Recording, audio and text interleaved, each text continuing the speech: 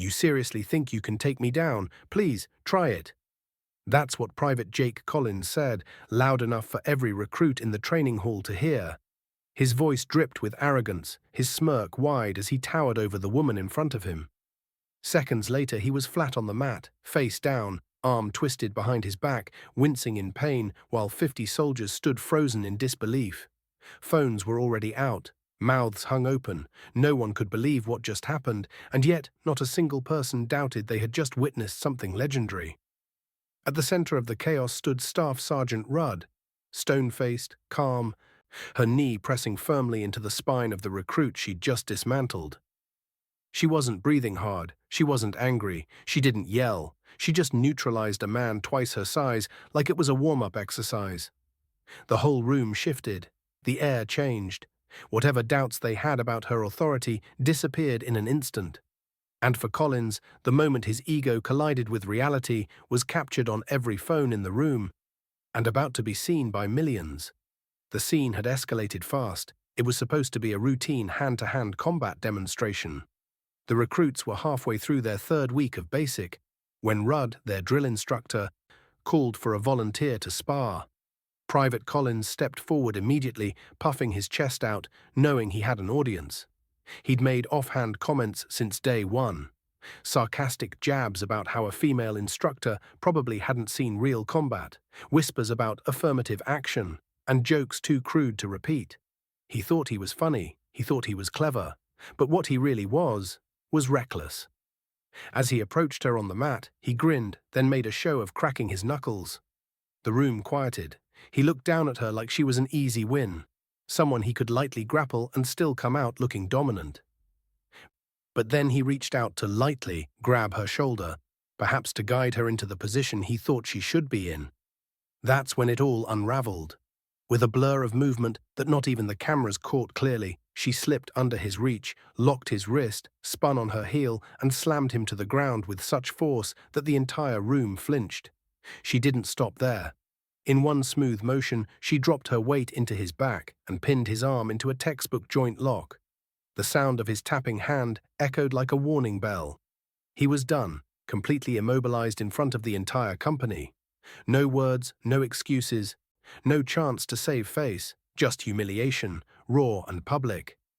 As the phones captured every second, Staff Sergeant Rudd stood, adjusted her sleeves, and walked away without even glancing back. No smug smile, no need for validation. Just silence, the kind of silence that roars louder than applause. Within hours, the video was viral. The clip was everywhere. Twitter, TikTok, YouTube, even news sites. Millions watched it under titles like "SEAL Instructor Destroys Cocky Recruit" and "This is Why You Respect Your Drill Sergeant." But Rudd didn't care. She didn't post about it. She didn't even bring it up in the next day's briefing. Because for her, it wasn't about the takedown, it was about the standard. A standard that didn't waver for anyone, male, female, rookie or veteran. What most people didn't know was what she had overcome to get there. Rudd had enlisted at 19, straight out of a broken home. Her childhood was filled with bruises, silence, and survival. She'd spent most of her early life trying not to be noticed, just trying to stay safe. But once she put on the uniform, she swore she'd never live powerless again. She clawed her way through the most brutal training programs in the military, earning her Navy SEAL trident the hard way. No shortcuts, no handouts. Just sweat, sacrifice, and steel will. Every joint lock, every takedown she taught came from lessons written in pain.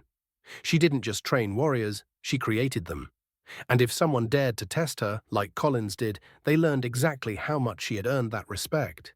The beauty of it? She never needed to explain herself. Her actions always spoke louder than any bio or badge. The day after the takedown, Collins surprised everyone by asking to speak in front of the unit. When he stood in front of his fellow recruits, the cockiness was gone. His face was red, his voice low, but his words cut deep. He admitted to underestimating someone who had earned more than he could comprehend. He said he confused volume with value, muscles with mastery. And then, looking at Rudd across the room, he said something no one expected. "She's the kind of leader I hope to become." That moment shifted the entire unit's culture. Recruits trained harder, listened more, talked less. No one wanted to be the next Collins. More importantly, they wanted to earn the kind of respect Rudd carried in silence. Collins himself improved dramatically, no longer performing for laughs, but for growth. He asked questions, showed up early, pushed others to take things seriously, and he never made another offhand comment again. Today, that clip is still making rounds online. It's in motivational edits, military tribute videos, and even used in some leadership workshops. But for Rudd, none of that matters. She still shows up, still teaches, still corrects form with the same quiet focus. She doesn't care about going viral. She cares about producing soldiers who know that strength doesn't yell, it moves, strikes, and leads without needing permission.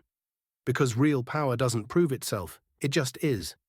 Never mistake silence for weakness. And never underestimate someone who's trained in the dark, because when the spotlight hits, they'll leave you on the mat while the world watches. Before we end this story, let us know in the comments where you're watching from. We'd love to hear. If this story touched you, don't forget to like the video, subscribe to the channel, and let us know how you feel in the comment.